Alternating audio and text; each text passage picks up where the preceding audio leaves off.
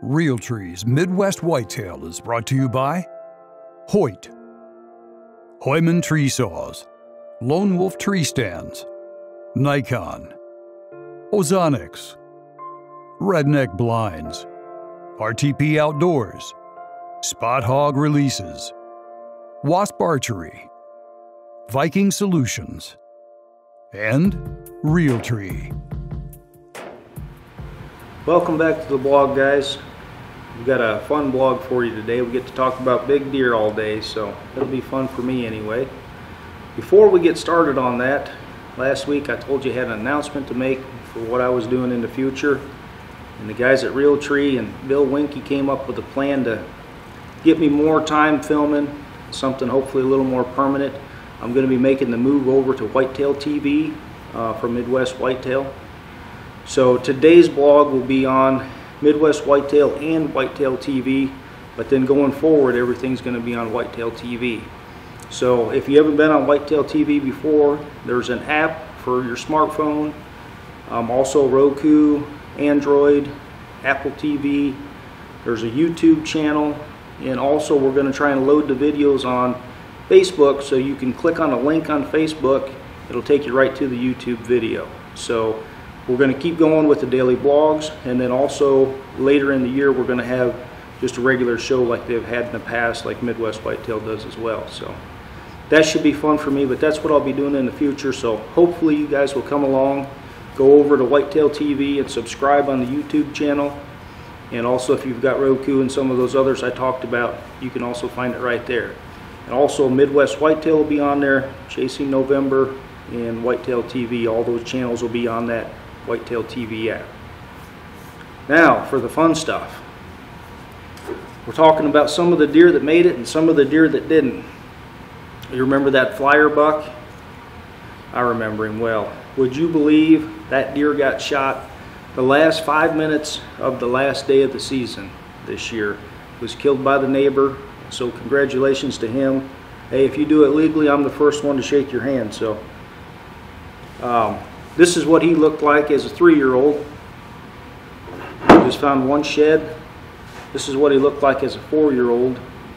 And you guys probably remember what he looked like at 5 years old with the double flyers off the right side, and he just really blew up into a heck of a deer. But I don't know that he was ever on that farm I was hunting after he shed Velvet. They moved across the road onto the neighbors, and as far as I know, I don't think he was ever back on the farm, and that's where I need to do a better job of, making sure we kill the older age class aggressive bucks. 2 bucks moved off that farm, big deer moved off that farm this year, and the deer that were in there were just huge aggressive deer. So I think it's important to take those top age class bucks off there. And if that means gun hunting late season versus bow hunting, in the future, I think I need to do that to try and get those deer. Speaking of that, one of the deer that made it still alive in there is the old grandpa buck. So these will be sheds from the 2017 season. We have not looked for the sheds yet from the 2018 season, but he's going to be very similar to this. Take a look at these bases. Just great big old honking bases, all kinds of beadwork on them and trash off the back.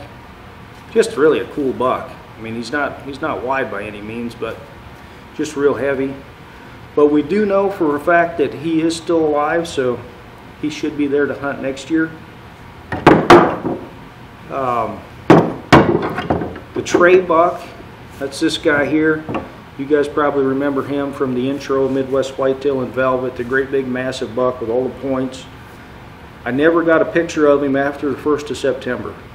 So I feel like EHD got him is what I'm thinking. Hopefully when we shed hunt here this week, he'll turn up and we'll be able to close the story on him.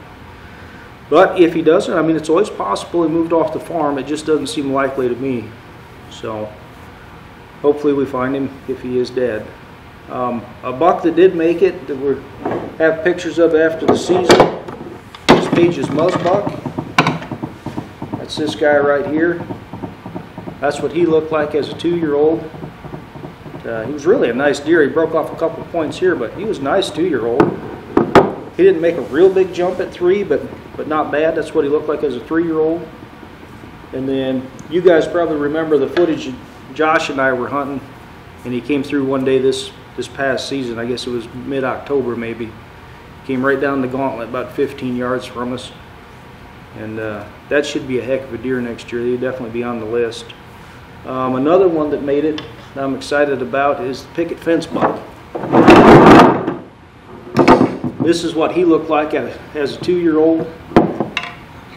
He really put on a lot of mass as a 3-year-old. Right there's what he looked like as a 3-year-old. And as a 4-year-old, he put on even a lot more mass than this. You guys probably remember him walking up through the snow that one day when we were in the redneck blind. Just one of the cooler hunts we've had. That should be a heck of a deer. I'm hoping we find his sheds. We'll show them to you if so, but he's definitely got all kinds of mass, so he should be another beautiful buck next year. Last but not least is this guy right here. This is the Blades buck, and I did get word that he did get killed, and the taxidermist, I talked to him actually up at the Iowa Deer Classic, and he invited us over to go look at this deer. So I definitely want to take the sheds over and just compare and see what he did, you know, from 4 to 5. It's just nice to kind of keep track for them from year to year and see what their best year is, you know, generally speaking. When are these deer maxing out and that kind of thing. So it'll be interesting to go look at him. So we're going to drive over there next and go see that deer and put a close to that story. Well, before we go over and look at that Blades buck, I want to fire a couple arrows. I want to shoot more this year, so every chance I get, every day or two, I want to at least fire a couple of rounds. So no warm-ups. First shot's always the most important. Realistic. Sitting on stand all day. I'm cold.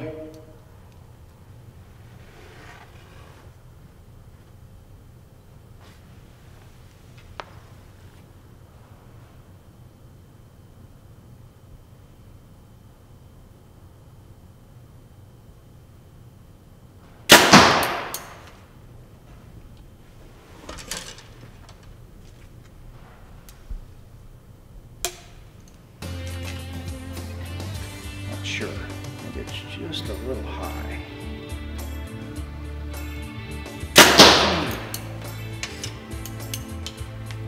You been shooting any, Jeff? Last arrow I shot was that buck. Really? The one you killed on that one? Yep.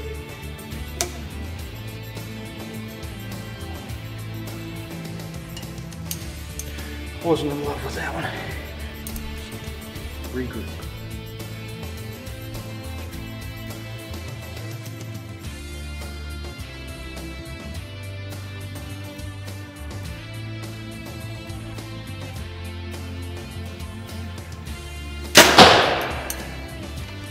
All right, last one for this round.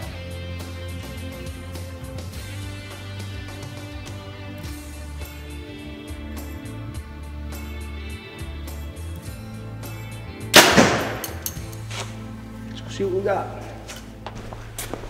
Ah, one out, 4 X's.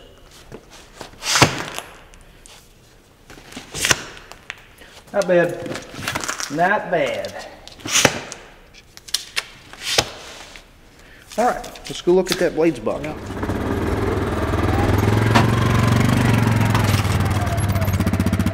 Well, once it warms up a little bit this afternoon, we're going to do some more shed hunting, so that's why we're bringing the quad.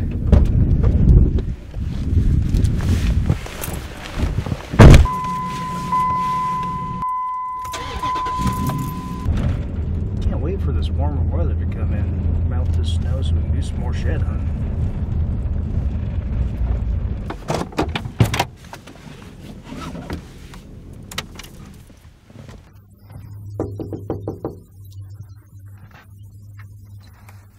Well, you don't have a shotgun, that's good.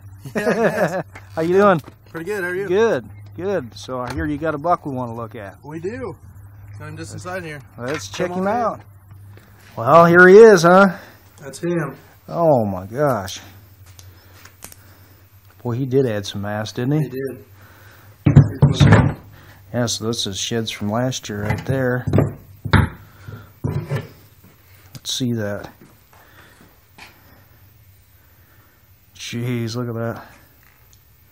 Brow tine's fairly similar. That one, looks like his left brow's a lot better. Yeah, that split got a lot bigger. He did add some mass, didn't he? So I heard that they found him dead. Is that what happened? Yep. I think so. On a deer drive, they found him dead.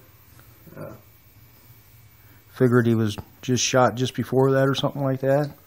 I think so. As far as I know. Nobody really figured out. Shame to find him like that. Too bad somebody didn't get to celebrate finding him, you know? Yep. Hard to get him to 5 years old, and then you don't even get to celebrate a nice harvest on him. That's pretty cool. I'll be darned. He was yeah, he does. He was a traveler too. He was all over that place. That's what made him tough to hunt, really. He moved a lot. You get some of these that live in 20 or 30 acres, you know, that kind of helps you out. Man, that's awesome. Appreciate you letting us come by and look at it. Hopefully, even with the snow, we can find a couple sheds today. I'm sure it's going to make it a little tougher. The small sheds you won't find, but maybe some big sheds we can still pick up.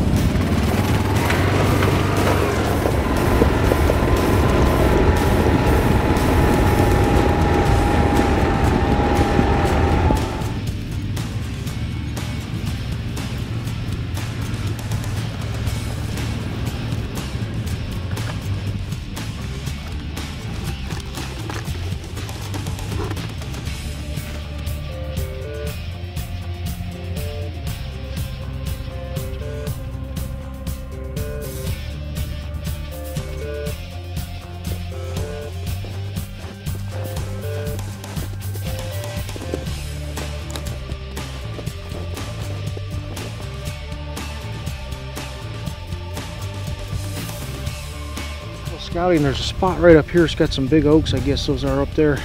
Everything is crisscrossing right there. We've got to find a way to get a stand up there. If not, we'll bring a redneck in, set it up. So they've been in here, that's for sure.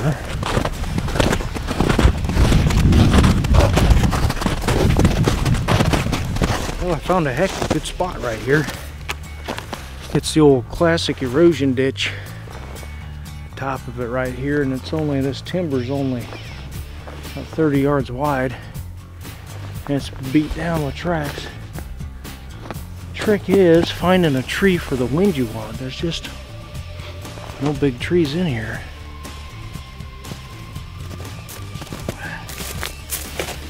Well, 0 on sheds.